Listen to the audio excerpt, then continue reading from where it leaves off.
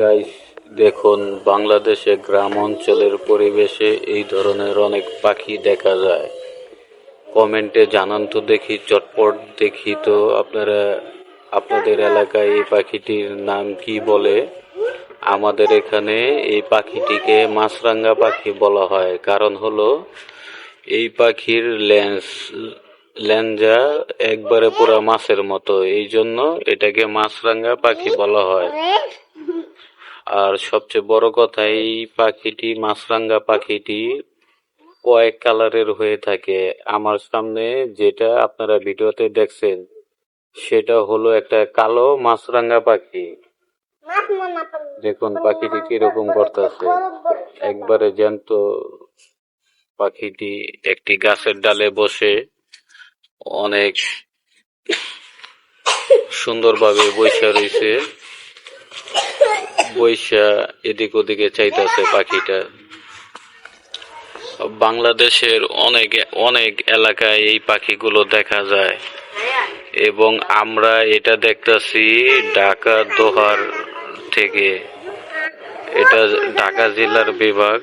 এই জায়গা থেকে, এই এরিয়াটার নাম হচ্ছে ফুলতলা বাজারের পিছনে, সেই জায়গা থেকে আমরা এই পাখিটি দেখতেছি।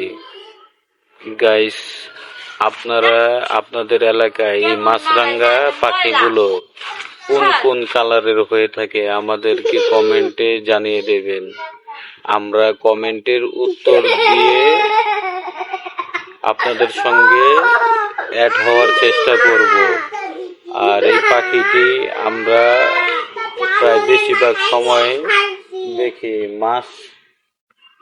মাছ ধরে ধরে খায়। এই আমাদের এখানে পানি, এই যে দেখাই, এখানে পানি, এই পানির উপরে ওরা গাছের উপরে বৈশা থাকে, বৈশা দেখে যে কোন মাছ পাওয়া যায়। হঠাৎ করে কোনো মাছ যদি বাইসা উঠে তাহলে এই মাছরাঙা পাখিগুলো খেয়ে থাকে।